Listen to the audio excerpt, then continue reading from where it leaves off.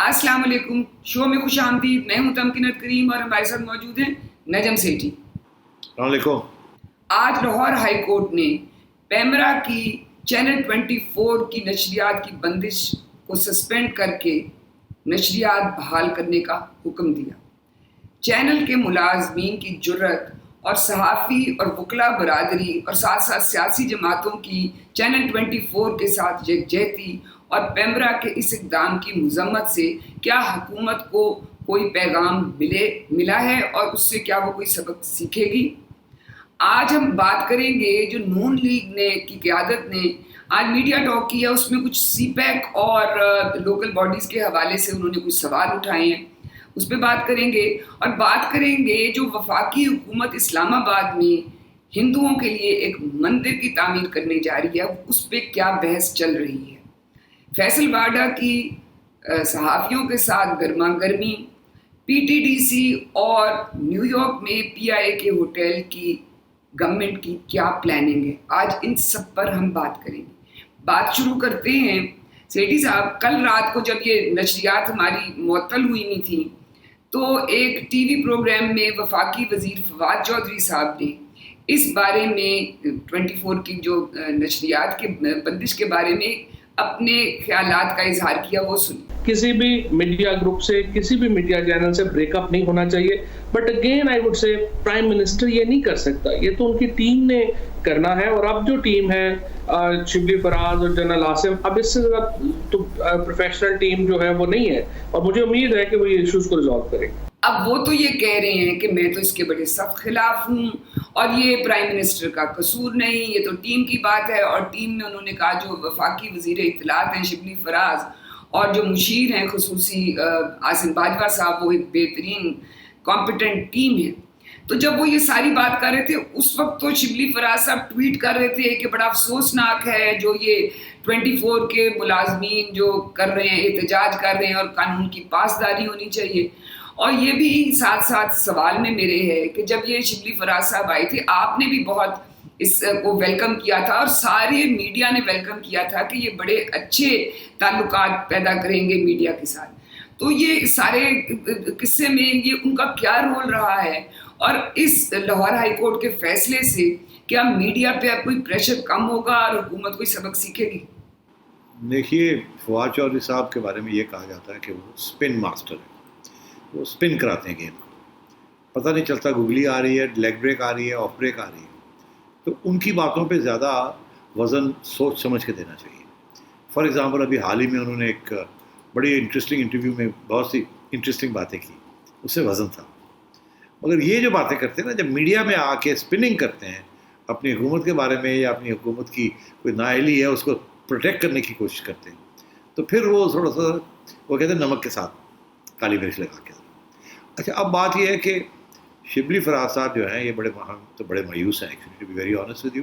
آپ نے اچھا کیا ہمیں یاد دلا دیا کہ ہم نے خیر مقدم کیا تھا ان کا. مگر انفارچونیٹلی ان کی کارکردگی میرے لحاظ سے تو بہت کمزور رہی ہے، اور یہ بالکل ہز ماسٹرز وائس، مطلب ہے جو وہ سمجھتے ہیں کہ جو عمران خان صاحب خوش ہوں گے سن کے وہی وہ کر رہے ہیں. ہماری توقع یہ سی شاید یہ ایڈوائز کر سکے، ان کو سمجھا سکے، بریجز بلڈ کریں میڈیا کے ساتھ. انہوں نے بالکل کوشش ہی نہیں کی. یہ اب بیٹھ جاتے ہیں شہزاد اکبر صاحب کے ساتھ اور لگے رہتے ہیں. تو میں مایوس ہوں، بیکاز میرا خیال ہے ان کے بس کی بات نہیں ہے. اگر آپ سمجھتے ہیں ان کے والد صاحب بہت بڑے شاعر تھے اور بڑے پروگریسو شخص تھے تو ان کے اوپر اب میرے ذہن میں ایک سوالیہ نشان آ گیا ہے. میں امپریس نہیں ہوں ان سے. ان کی کوئی نیگوسیٹنگ سکلز، کوئی بلڈ بریجز نہیں ہے. بالکل ہز ماسٹرز وائس، کوشش کر رہے ہیں to be more loyal than the king. ٹھیک ہے، بدتمیزی نہیں کرتے، ٹھیک ہے، گالی گلوچ نہیں کرتے، مگر ایسنس وہی ہے، بلیک اینڈ وائٹ. اور جو میرا ماسٹر کہتا ہے وہ صحیح ہے. یہ کہ کچھ راستے کھولیں، کچھ مسئلے حل کریں، نہیں. تو ان کے بارے میں تو یہ. اب آئیے باجوہ صاحب کی طرف. باجوہ صاحب آپ نے دیکھا ہوگا بڑا لو پروفائل رکھا ہوا انہوں نے. فوکس ان کے جو بیان آ رہے ہیں وہ میڈیا کے اوپر نہیں آ رہے، وہ آ رہے ہیں سپیک کے اوپر. اور میں سمجھتا ہوں بڑا اچھا انہوں نے یہ فیصلہ کیا ہے. وہ انہوں نے جو ایڈوائس دینی ہوتی ہے وہ بیہائنڈ دا سینس دے دیتے ہیں. اگر کوئی مانتا ہے، نہیں مانتا نہ مانے. کابینہ میں دیتے ہوں گے، شاید شبلی فراز صاحب کو ویسے ایڈوائس دیتے ہوں. مگر ہوتا یہ ہے کہ تمکنت کے اگر ان کا مین جاب ہے سپیک اور ان کو کابینہ کے اندر لے آئے ہیں ایز ایڈوائزر اور ویریس ایشوز، تو وہ سوچ سمجھ کے ایڈوائس دیں گے ایک منسٹر کو جس کے حوالے ایک پوری منسٹری ہے یا ایک پوری ڈپارٹمنٹ ہے، کہ وہ لوگ پسند بھی کرتے نا کہ یار یہ مجھے کیوں بتا رہا ہے، مائی جاب، تو ذرا سوچ سمجھ کے چلنا پڑتا ہے۔ اور پی ٹی آئی کے بارے میں یہ تو واضح ہو گیا ہے نا، مشہوری یہی ہے کہ ٹیم شیم کوئی نہیں ان کی، سارے اپنے اپنے انڈیویجولز ہیں اور وہ بنے ہوئے 50، اب 50 کی ٹیم بھی نہیں ہوتی، پر چلے انہوں نے بنا لی، اور میرا خیال ہے اسی وجہ سے، کیونکہ 50 ہو گئے، اگر 25 ہوتے تو شاید اتنے مسئلے نہ ہوتے، شاید زیادہ کوآرڈینیشن ہوتی اور جاب رسپانسبلٹی بھی بڑی کلیئر ہوتی۔ آپ تو دیکھ ہی رہے ہیں یہ کرتے کیا ہیں، کتنے کابینہ کی تبدیلیاں آئی ہیں اور پھر کتنے لوگ اور ایڈ ہو گئے ہیں، اور ادھر جو بیوروکریسی کے ساتھ جو حشر کیا ہوا ہے، 4 یا 5 ہیلتھ سیکرٹریز آئے گئے، 4 یا 5 انٹیریئر سیکرٹریز آئے گئے، 4 یا 5 چیف سیکرٹریز پنجاب کے آئے گئے، 4 یا 5 آئی جیز آئے گئے، مطلب دیر از نو اینڈ ٹو اٹ۔ اور ابھی آپ ایف بی آر میں بھی دیکھ لیں، 4تھا یا 5واں نیا ایف بی آر چیئرمین بھی آ گیا، اور 3 مہینے کے لیے آیا، جو ہم نے کل ڈسکس کیا تھا۔ سو یہ بیسکلی میں ان کو اہمیت نہیں دیتا، نہ شبلی فراز صاحب کو اور نہ ہی فواد چودھری صاحب کو۔ فواد چودھری صاحب کو میں اہمیت دیتا ہوں جب وہ سیاسی بات کرتے ہیں اور وہ بات سے پتہ چل جاتا ہے کہ بات میں وزن ہے، ادروائز اسپن کرتے ہیں۔ آپ کو یاد نہیں ہے جب یہ انفارمیشن منسٹر سے تو کیسی اسپننگ کرتے تھے؟ تو یہ تو ہو گئی بات فواد چودھری صاحب۔ اب آئیے، آپ نے جو وزنی بات کی کہ آپ کا خیال ہے ان کا رویہ کوئی میڈیا کی طرف چینج ہوگا؟ نو، ان کا بالکل رویہ میڈیا کی طرف چینج نہیں ہوگا، ان کا بالکل رویہ اپوزیشن کی طرف چینج نہیں ہوگا، کیونکہ یہ پرائم منسٹر صاحب سے آ رہا ہے، یہ فلسفہ اور پالیسی ان کی ہے، اور ان میں سے کسی میں بھی ہمت نہیں ہے کہ ان کو کہے کہ نہیں پرائم منسٹر ایک سیکنڈ ٹھہر جائیے، سوچ لیجیے۔ میڈیا اور اپوزیشن کے اوپر یہ کوئی بات نہیں کرتے، میری ان لوگوں سے، کچھ لوگوں سے بات چیت چلتی رہتی ہے ادھر ادھر سے، تو میں پوچھتا ہوں کہ بھائی وہ پرائم منسٹر کو سمجھاؤ، اس کے اوپر نہ بات کریں، وہی بڑا ٹچی ہے، وہ نہیں، وہ شٹ اپ کال دے دیتے ہیں۔ تو مجھے پتہ ہے وہاں کے کابینہ کے اندر کون کون ہے جو بول بھی سکتا ہے۔ میڈیا کے اوپر پرائم منسٹر کسی کی بات نہیں سنتے۔ آپ نے دیکھا نہیں جب میڈیا والے جو جن کو یہ اپنا سمجھتے تھے، ان کو بلایا تھا، یاد ہے آپ کو کووڈ کے اوپر، اور پرائم منسٹر صاحب نے گولی دی، وہ سب سنتے رہے، اس کے بعد وہ جب بولے اور وہ پھٹ کے بولے ان میں سے کچھ لوگ، تو پرائم منسٹر صاحب کو بات پسند نہیں آئی، تو پھر بعد میں آپ نے دیکھا انہوں نے تھوڑے بہت ٹویٹ کرنے شروع کر دیا کہ نہیں میں سوری یہ ہو گیا وہ ہو گیا۔ تو میڈیا کے اوپر پرائم منسٹر کا ایک ہی ویو ہے، یہ بڑے غلط لوگ ہیں، اور ان میں چنے لوگ جیسے ہم جیسے گناہ گار بھی ہیں، جو کہ بہت زیادہ غلط لوگ ہیں، جن کو کبھی دعوت بھی نہیں دیتے، بلاتے بھی نہیں، یاد بھی نہیں کرتے، صرف کیسز کرتے ہیں، چینلز ہماری گرا دیتے ہیں۔ تو اگر پرائم منسٹر نیگوسیشن کے موڈ میں نہیں ہے تب کرنا، تو ان کے منسٹرز کون سی نیگوسیشن کے موڈ میں ہوں گے؟ تو یہ بالکل، تو I have answered your question, میں نہیں سمجھتا کہ میڈیا کے اوپر کوئی ریلیکسیشن ہوگی، کہیں سے اگر ریلیکسیشن ہوگی تو 2 ادارے ہیں، اور میں اب کھری بات کر رہا ہوں آپ سے۔ ایک ادارہ وہ ہے اور ایک ادارہ عدلیہ ہے۔ اب وہ ادارہ نہیں چاہتا کہ میڈیا جو ہے اس کو لڑائی جھگڑے کی جائے، مگر وہ ادارہ بھی چاہتا ہے کہ میڈیا کو مینیج کیا جائے، کنٹرول تو نہیں، بیکاز کنٹرول میڈیا ہو نہیں سکتا اور بڑے بیک فائر ہو جاتا ہے، مینیج کیا جائے۔ P T I control and management, جہاں مینجمنٹ نہ ہو تو کنٹرول کرو، کنٹرول نہ ہو تو ٹھاپ لگاؤ، پیمرا کو استعمال کرو۔ اچھا، اب دوسرا ادارہ جو ہے وہ ہے جوڈیشری۔ آپ نے دیکھا جوڈیشری کا جو رول رہا ہے، اب میں شاید اور کوئی موقع ملے تو میں بتاؤں گا کہ جوڈیشری کے بعد کتنی ہمیں مایوسی ہے جوڈیشری سے، اور پھر خوشی بھی ہوتی ہے کہ جب جوڈیشری کھڑی ہو جاتی ہے۔ البتہ یہ میں ضرور کہوں گا کہ جوڈیشری نے اپوزیشن کے لیے تو وہ نہیں کھڑے ہوئے، مگر میڈیا کے لیے کھڑے ہو جاتے ہیں، اور مجھے بڑی خوشی ہے اور میں سلوٹ کرتا ہوں جب میڈیا کو جوڈیشری پروٹیکٹ کرتی ہے۔ اور مجھے میں یہ کہہ سکتا ہوں بڑے کھلے دل سے کہ مجھے کوئی انسیڈنٹ ایسا نظر نہیں آتا جب جوڈیشری نے میڈیا کی بات نہ سنی ہو اور ہمدردی کا اظہار نہ کیا ہو۔ تو آئی سلوٹ دا ججز، بیکاز ہمیں ضرورت ہے میڈیا کی، جوڈیشری کی، اور جوڈیشری کو میڈیا کی ضرورت ہے۔ یہی تو 2 پلرز ہیں جو کہ باہر ہیں، آؤٹ سائڈ دی اسٹیبلشمنٹ اور ایگزیکٹو۔ تو یہی ہے جو کہ کوئی راستے جو ٹیڑھے ہو جاتے ہیں ان کو سیدھے کرنے کی کوشش کرتے ہیں، تاکہ گمراہ بالکل ہی ملک نہ گمراہ ہو جائے، اس کو گورنمنٹ کہیں اور نہ لے جائے۔ تو ابھی بھی یہی، اس کیس میں بھی یہی ہوا ہے۔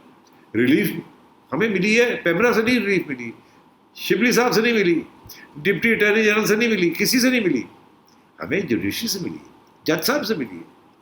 So let's be very clear کہ ہمیں ریلیف جب بھی کبھی ملی ہے تو جوڈیشری سے ملی ہے. حکومتیں ریلیف نہیں دیتی, وہ ایک قدم اٹھا لیتی ہیں, پیچھے نہیں ہٹتی. That is my answer to your question. ٹھیک, ابھی آپ نے ذکر کیا یہ جو بات کر رہے تھے سی پیک کا, تو میں آگے اب یہی بات کرنے جا رہی ہوں. آج آپ کو پتہ ہے نا, نون لیگ کی قیادت نے ایک میڈیا ٹاک کی, احسن اقبال صاحب تھے, خواجہ آصف صاحب تھے. تو احسن اقبال نے یہ ایک سی پیک کے حوالے سے بات کی, اور دوسری بات انہوں نے لوکل باڈیز کے بارے میں کی. ذرا آپ پہلے سنیے کہ انہوں نے سی پیک کے بارے میں کیا کہا. جب پریزیڈنٹ شی آئے تو عمران خان کنٹینر سے کھڑا ہو کر یہ کہہ رہا تھا کہ چین کے صدر پاکستان کو مہنگے قرضے دینے آ رہے ہیں. آج یہ کہتے ہیں کہ سی پیک پاکستان کے لیے امید ہے. کیا عمران خان نے چین کے صدر سے اور چین کے عوام سے اپنے بیانات پہ معافی مانگی ہے؟ ان کے ان بیہودہ الزامات نے سی پیک کو دنیا میں متنازع کیا. تو آپ نے یہ سنا کہ وہ کہتے ہیں کہ یہ تو خان صاحب پہلے دھرنے کے دوران اور جب یہ حکومت آئی ہے تو یہ سی پیک کے اوپر اتنے اعتراضات کر رہے تھے. تو اس جو انہوں نے بات کی ہے نا, اس کا پس منظر میں آپ کو دکھاتی ہوں کہ وہ کیوں کہہ رہے ہیں یہ بات. پھر اس سے بڑا جھوٹ جو ہے, شرم ہمیں آنی چاہیے, اس گورنمنٹ کو آنی چاہیے کہ انہوں نے کہا جناب وہ انویسٹمنٹ لے کے آ رہے ہیں 35 بلین ڈالرز کی. وہ انویسٹمنٹ نہیں ہے, قرضہ ہے, اور قرضہ 60% پہ. جی ہاں, وہ بشر 60% پہ قرضہ لیا ہے. یہ چین کا جو پریزیڈنٹ آ رہا تھا 35 ارب روپے کے قرضے لینے لگے تھے. یہ کدھر 35 ارب ڈالر, یہ کدھر جانا تھا؟ یہ ان کے اس میں سے زیادہ تر پیسہ ان کے بینک اکاؤنٹس میں جانا تھا. اس میں تو کوئی شک نہیں کہ سی پیک کے خلاف باقاعدہ ایک کیمپین چلائی گئی, اس میں تو کوئی شک نہیں ہے. اور وہ کیمپین جو ہے وہ پاکستان کے اندر بھی چلی, وہ پاکستان کے باہر بھی چلی. تو یہ آپ نے سن لیا کہ خان صاحب پہلے دھرنے کے دوران کہتے رہے کہ یہ تو صرف قرضے دینے آ رہے ہیں چائنیز پریزیڈنٹ, اور سب سے مہنگے قرضے ہیں دنیا کے. اور پھر اس کے بعد جب ان کی حکومت آئی تو ان کے منسٹرز بھی کہنے لگے کہ اتنی کرپشن ہے اس میں. اور بعد میں پھر اسد عمر صاحب خود ہی کہنے لگے کہ جی اس کی تو بڑے خلاف سازش کی گئی ہے. اب دیکھیں سازش کس نے کی ہے. تو پہلے تو یہ سی پیک والے پہ کہیں کہ وہ احسن اقبال صاحب کہہ رہے ہیں کہ خان صاحب کو چائنیز پریزیڈنٹ اور چائنیز قوم سے معافی مانگنی چاہیے. معافی شافی تو چھوڑیں, یہ سیاست میں ہوتا ہے. مگر 2-3 باتیں میں آپ کو سی پیک کے بارے میں کہہ دوں جس کا ریلیونس سے تعلق ہے ان باتوں سے. کیونکہ سی پیک کے ساتھ اس ٹارگیٹ آف انڈیا اینڈ امریکہ جو بھی سی پیک پروجیکٹس ہیں, آپ نے دیکھ ہی لیا IMF کا جو رویہ ہے. ہمیں بتائیں آپ نے جو کانٹریکٹ سائن کیے ہیں, ایک کانٹریکٹ ہمارے سامنے رکھے جو کہ ہم نہیں کر سکتے بیکاز ہماری اگریمنٹ ہے وتھ چائنا کانفیڈینشیلٹی. یہاں تک کہ ہم نے میڈیا کو نہیں بتایا کانفیڈینشیل. ہم نے جب شہباز شریف صاحب کو پوچھتے تھے کہ یہ کانٹریکٹ سائن چائنیز کے ساتھ کیا ہے, یہ ریٹ ہے, یہ بتائیں تو صحیح, اس کا جو کانٹریکٹ تو دکھائیں, کیا کہتے کہ نہیں دکھا سکتے. وہی یہاں بھی سچویشن یہی ہے. عمران خان صاحب باہر تھے, کہتے تھے دکھاؤ ہمیں کانٹریکٹس, کیا آپ نے سائن کیا ہے, کتنا ریٹ دیا ہے, یہ کیا کیا, یہ کیا ہے. اب آ کے کرسی پہ بیٹھے ہیں تو اسٹیبلشمنٹ نے ان کو کہا رہن دے یار, چھٹ برے تیرا کام نہیں ہے. بیکاز اسٹیبلشمنٹ کا جو کنیکشن ہے نا وتھ چائنا, اس کی بہت سے ڈائمینشن ہیں, صرف کنسٹرکشن کا اور اکنامک ڈیولپمنٹ کا نہیں ہے. اٹس اے اسٹریٹجک الائنس, اور وہ اسٹریٹجک الائنس کے ڈیفنس کے ساتھ بہت گہرے ریلیشنس ہیں. اور وہ یہ جو سپیک کا بیلٹ انیشیٹو ہے, روڈز کا, نیٹ ورک کا, this is part of the strategic defence establishments plans for security. تو وہ کہتے ہیں یار ہمارے بندے ہونے چاہیے. اب آپ نے دیکھا باجوہ صاحب کو آ کے انہوں نے بٹھا دیا, اینڈ باجوہ صاحب جب بھی کوئی بیان دیتے ہیں تو سپیک کے بارے میں دیتے ہیں, میڈیا کے بارے میں نہیں دیتے. اور خان صاحب بھی اب چپ ہے, ان کے بھی لوگ سارے چپ ہیں. ان کو پوچھو نا یار وہ دکھا دو وہ کانٹریکٹ کیا, نہیں ہم نہیں دکھا سکتے. اور اب یہ بھی ایشو بنا ہوا ہے کہ چائنا کی جو ڈیٹ ہے کافی پائل اپ ہو گئی ہے, وہ بھی واپس کرنی ہے. اب ان کے ساتھ بھی نیگوسیٹ کرنا ہے کہ یار ہمیں کوئی موریٹوریم دیا جائے ڈیٹ کے اوپر, جو کہ اب باقی لوگوں سے آپ مانگ رہے ہیں. یورپ نے آپ کو 2 بلین کا موریٹوریم دے رہے ہیں, اب چائنا نے بھی دینا. آپ نے چائنیز آپ کے اس وقت میرا خیال ہے اگلے 2-3 سال میں کوئی 9 ارب ڈالر کے قریب آپ نے پیسے دینے ہیں ان کے, اور ٹوٹل ڈیٹ تو کافی ہے. وہ چائنیز نے بھی موخر کر دی ہیں ہمارے قرضے, کر رہے ہیں. دیکھیں وہ کافی کمپلیکیٹڈ سچویشن ہے. وہ یہ کہ جب کہتے ہیں نا ہم کر دیے ہیں، اس کا یہ نہیں مطلب ہوتا بٹن دبایا وہ ہو گئے. بہت سا پیپر ورک ہوتا ہے، اس میں بہت سی لین دین ہوتی ہے، تو وہ کر رہے ہیں. تو اس لیے چائنا نے اگر یہ کرنا ہے آپ کے لیے تو وہ آپ چاہے گا کہ آپ تنقید کریں سپیک کی، یا آپ کہیں جی ہمیں دکھائیں یہ اور ہم نے اب دکھانا ہے فلانے کو. نہیں، یاد رہے کہ سپیک زرداری صاحب کے زمانے میں یہی چکر لگاتے تھے زرداری صاحب ایز پریزیڈنٹ. لوگ کہتے ہیں یہ کیا کرنے جا رہے ہیں. انہوں نے یہ لانچ کیا تھا پیپلز پارٹی. اس کے بعد نواز شریف صاحب نے اس کو اپنایا اور اس کو بڑھایا اور ٹھا کر کے زبردست کام کیا. انہوں نے تو انہیریٹ کیا ہے یہ سپیک، اور انہوں نے اب وہ رکا ہوا ہے نا بہت کچھ because of the crisis in the economy and Covid اور یہ وہ. اس لیے جنرل صاحب کو بھیجا وہاں کہ آپ چلائیں، یہ اسد عمر بچے وغیرہ کی بات نہیں ہے. کانفیڈنس بلڈنگ اسٹیبلشمنٹ خود کرے گی. جی بالکل. اب ہمیں یہاں وقفہ لینا ہے. وقفے سے جب ہم واپس آئیں گے تو بات کریں گے لوکل باڈیز کی، اور ساتھ ہی ساتھ اسلام آباد میں جو وفاقی حکومت مندر بنانے کا سوچ رہی ہے اس کے بارے میں ایک وقفے کے بعد.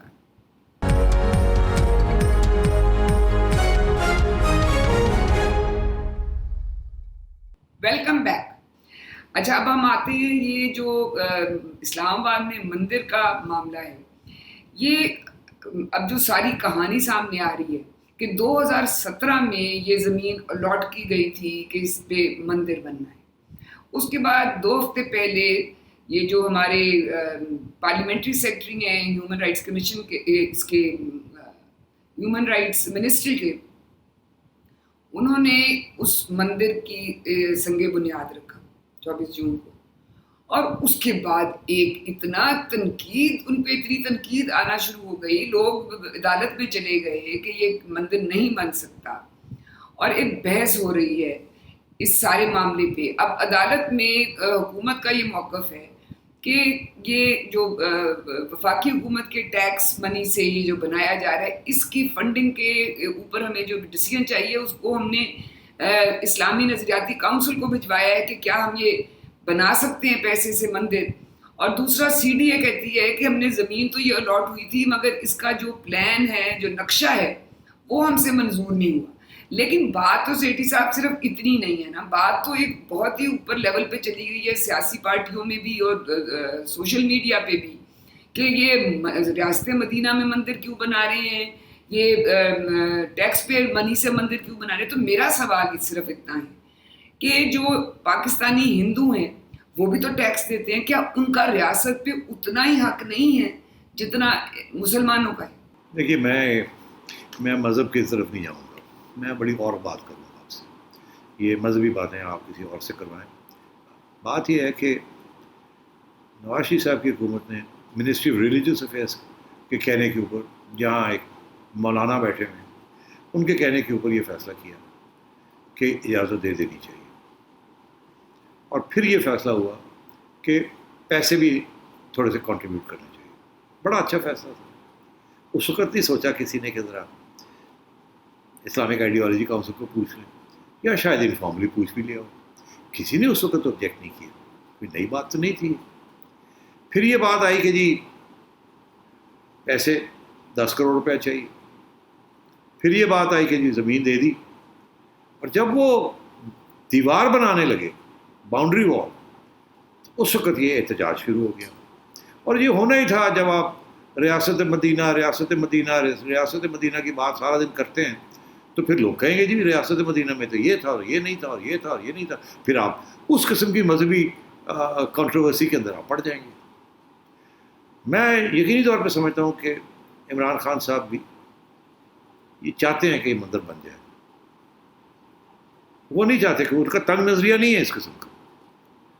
مگر اب وہ سواب جو لوگ ان کے خلاف ہیں، اور وہ ریلیجیس پارٹیز کے اندر یا ریلیجیس گروپس کے اندر جو اب ظاہر ہے ان کے خلاف ہوئے ہیں، ان کو موقع مل گیا.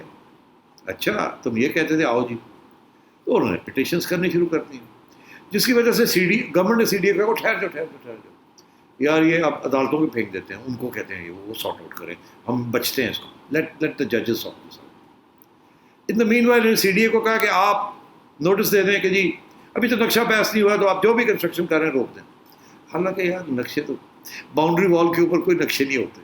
جب لوگ باؤنڈری والز بناتے ہیں تو نقشے کے بغیر ہی بناتے ہیں, اس کی اجازت نہیں ہوتی آپ کی اپنی پراپرٹی ہے باؤنڈری وال بنانا, نقشہ تو اس کے بعد آتا ہے. ابھی تو باؤنڈری وال بن رہی تھی تو سی ڈی اے نے جنرلی ڈرامہ کر دیا, او جی نہیں روکے, تاکہ یہ لگے ایسے کوئی ایڈمنسٹریٹو کھاتا کھل گیا, کوئی جینیونلی کوئی بات ہو گئی, کوئی جینیون بات نہیں ہے. گورنمنٹ نے سوچا یار میں ساڈے گلے پی جان گے, ججاں دے پا دیں, اور سی ڈی اے نے کہا ٹھیک ہے, کہتے ہیں کہ ابھی یہ کارروائی پوری نہیں ہوئی, جیسے کہ کوئی ایڈمنسٹریٹو ایشو بن گیا, سیاسی ایشو نہیں ہے, مذہبی ایشو نہیں ہے, مگر پھر بچ نہیں نہ سکتے, پھر مذہبی ایشو بن جاتا ہے. ہاں جی, اب کچھ لوگ کہہ رہے ہیں کہ پرائیویٹ اگر کوئی بنانا چاہے تو وہ تو اجازت ہے, مگر اگر گورنمنٹ جو ہے, یہ تو اسلامی ریپبلک ہے, اس کے اندر کسی اور مذہب کو اہمیت دینا یا اس کی فنڈنگ کرنا یہ تو اسلام کے خلاف ہے. ہاں جی, ریاست مدینہ میں صلی اللہ علیہ وسلم نے یہ کہا تھا ٹھیک ہے جو یہاں ہیں ان کو ٹھیک ٹھوک کر لیا کریں مگر ڈسٹرائے نہ کریں, مگر نئے بنانے کی اجازت نہیں دی تھی. تو اب یہی ہوگا.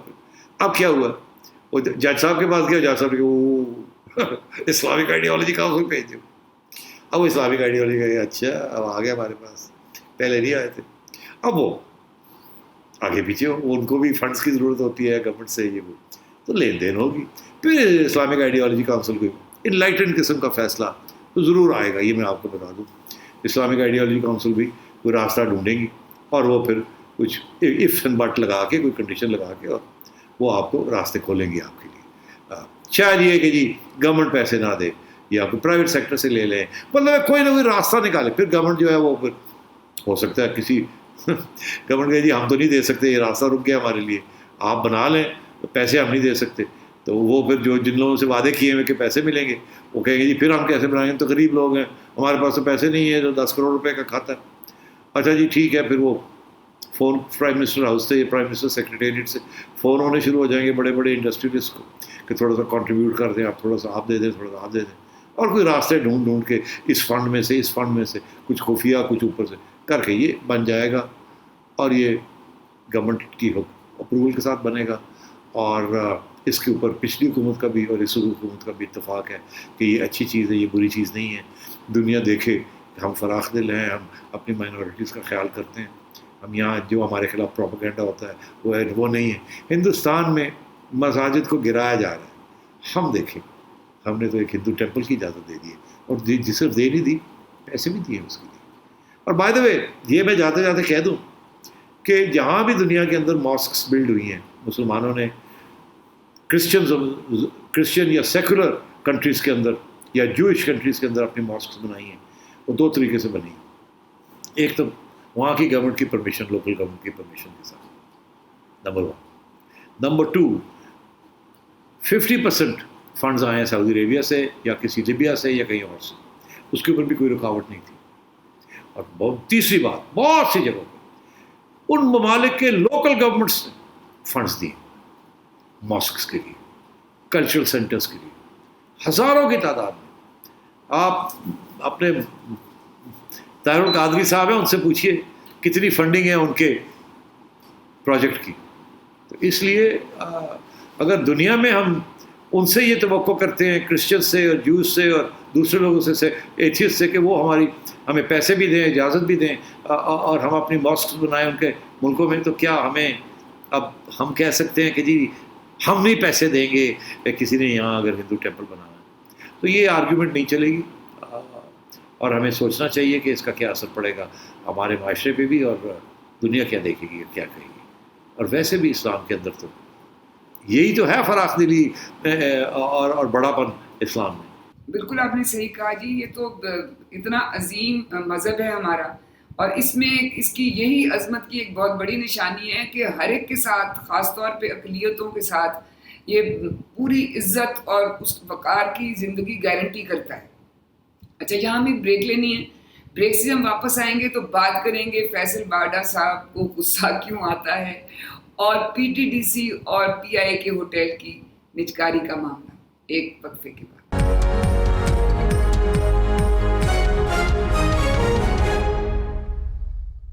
Welcome back. آتے ہیں اب ہم وفاقی وزیر فیصل باڈا کی طرف. جب سے الیکشن ہوئے ہیں ان کے اوپر خبریں چل رہی تھیں، ان کی دوہری شہریت، ان کی جائیدادیں پاکستان میں، پاکستان سے باہر لندن میں، اور سٹوریز چھپتی رہتی تھی. اور صحافیوں نے بار بار ان سے کہا جو یہ سٹوریز کر رہے تھے کہ ہمیں ان سوالوں کے جواب دیں، وہ سوالوں کے جواب نہیں دیے. اب یہ لیٹسٹ پھر ایک ان پہ سٹوری بڑی کمپریہنسو سی ہوئی کہ جی الیکشن کمیشن ان پہ کیوں نہیں ایکشن لے رہا اور یہ جواب کیوں نہیں دے رہے. وہ جواب دینے کے بجائے وہ تو انہوں نے سوشل میڈیا پہ ان کی ایسی تیسی کر دی وہ جو جرنلسٹ تھے. تو یہ بتائیں، دو سوال ہیں میرے. ایک تو یہ کہ الیکشن کمیشن اس معاملے میں اتنی اپنے پاؤں کیوں گھسیٹ رہا ہے، کوئی اس پہ فیصلہ کیوں نہیں دے رہا. اور دوسرا یہ کہ وفاقی وزیر کا اس طرح کی زبان استعمال کرنا، وہ بھی پبلک میں، سوشل میڈیا پہ، تو یہ پارٹی کے لیے ایک لمحہ فکریہ نہیں ہے. تو آپ کہہ رہی ہیں کہ واڈا صاحب جو ہے وہ، دیکھیے واڈا صاحب جو ہے نا یہ پارٹی کے سمبل ہیں، یہ پارٹی کی زبان استعمال کرتے ہیں اور تھوڑی سی بڑھ کے کرتے ہیں. ساری پارٹی کے جو باہر لوگ بیٹھے ہوئے نا وہ ایسی باتیں کرتے ہیں، وہ گالی گلوچ، یہ وہ کلاس، اب جو نئی ابھرتی ہوئی کلاس ہے نا یہ زبان ان کی ہے، اور یہ جو لیک آف ٹالرنس ہے نا یہ ان کا ہے، اور یہ جو آدھی تعلیم ہے نا یہ ان کی ہے. یہ شکل صورت سے ماڈرن لگتے ہیں مگر اندر سے کوئی تعلیم نہیں ان کی خاص زیادہ.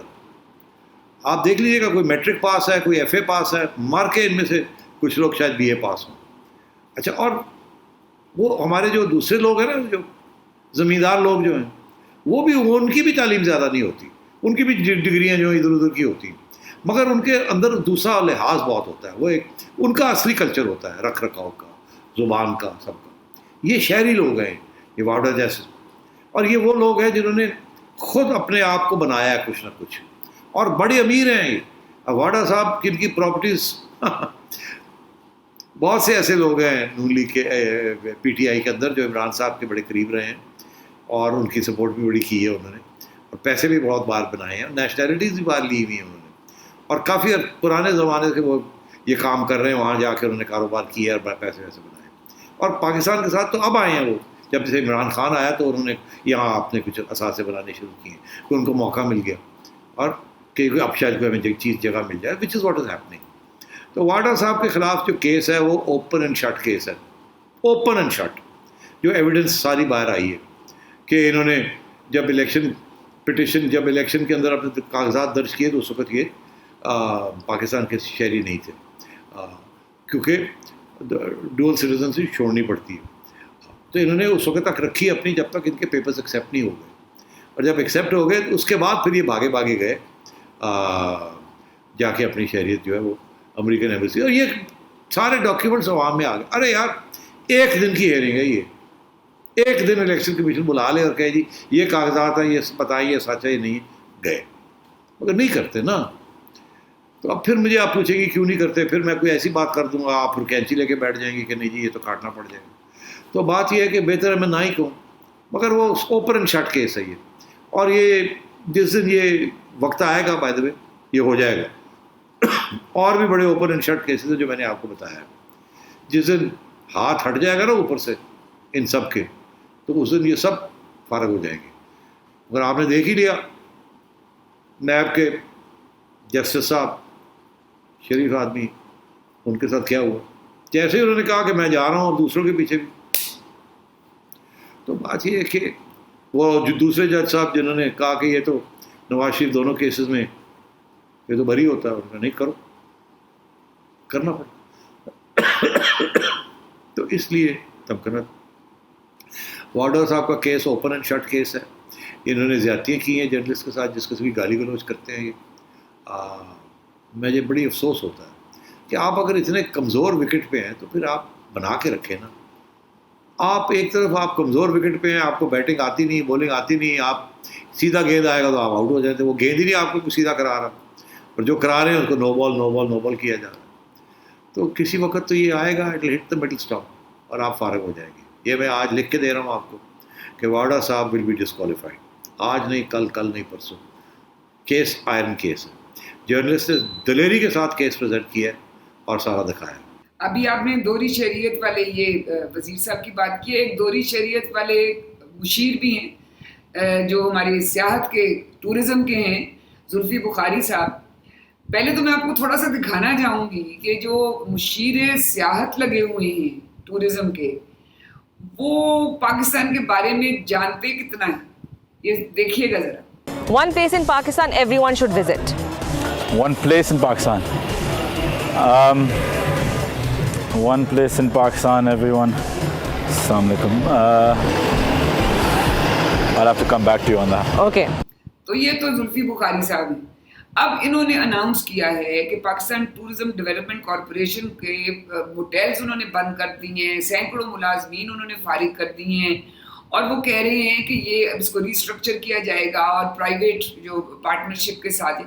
کیا یہ پرائیویٹائز کرنے جا رہے ہیں؟ اور اس کے ساتھ ہی مجھے یہ جواب دیجیے، بیکاز اس کے اندر بھی زلفی بخاری صاحب کا نام آ رہا ہے کہ جو نیو یارک میں پی آئی اے کا ہوٹل ہے روزویلٹ، کہ اس کو بھی جو سیل کیا جا رہا ہے، ان کے شاید کوئی فرنٹ مین ہے جو اس میں لے رہے ہیں اس کو. یہ دونوں چیزوں پہ ذرا مجھے آپ کا کامنٹ چاہیے. ٹائم تھوڑا تو میں جلدی کرتا ہوں.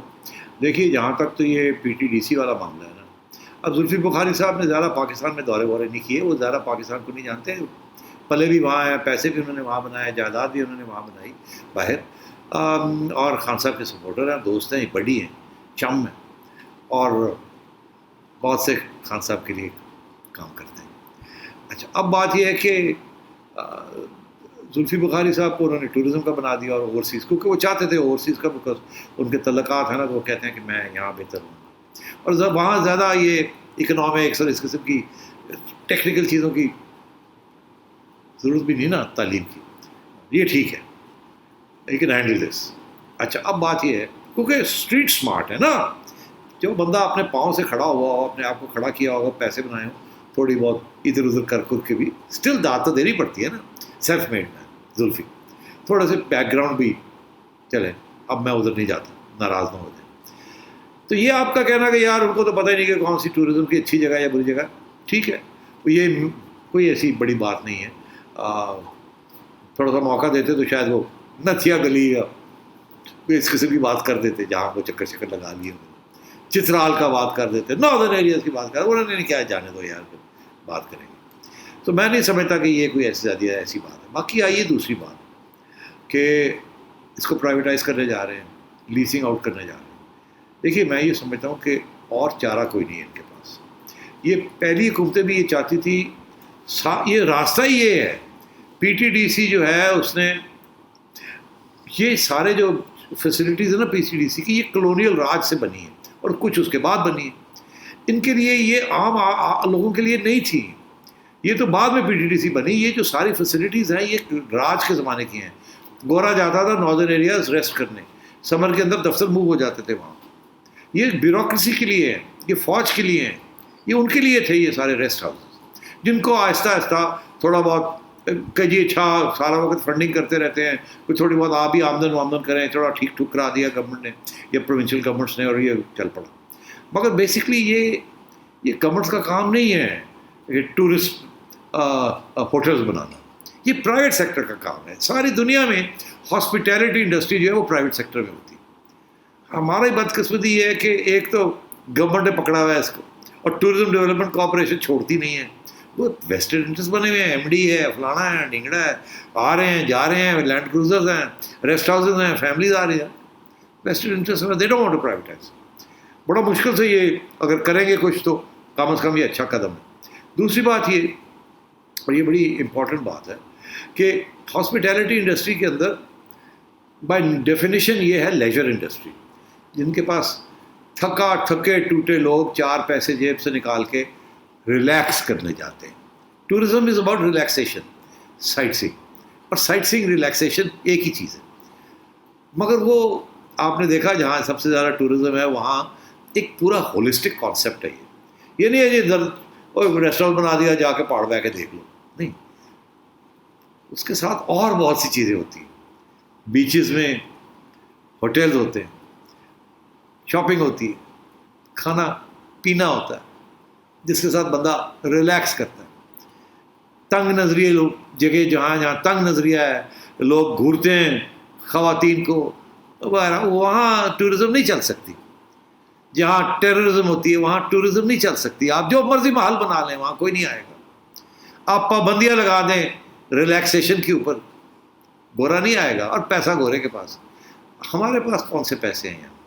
ہمارے غریب مڈل کلاس بیچاری مری چلی جاتی ہے, چلو جی مری ہوا یہ لاکھ روپے کا بجٹ ہے, چلو فیملی لے جانے اتنے کوئی چھوٹے جہے ہوٹل رہ لواں گے, 2 کمرے لے لواں گے, اتنے 6-8 لوگ بسترے پا کے بہ جاؤں گے, دن تھوڑے کپڑے شپڑے پا کے ایک واک کے لیے نکل جائیں گے, تھوڑا سیر چہل قدمی ہو جائے گی فیملی کے ساتھ, کیونکہ فیملی کلچر ہے یہ. دس از ناٹ ٹورزم.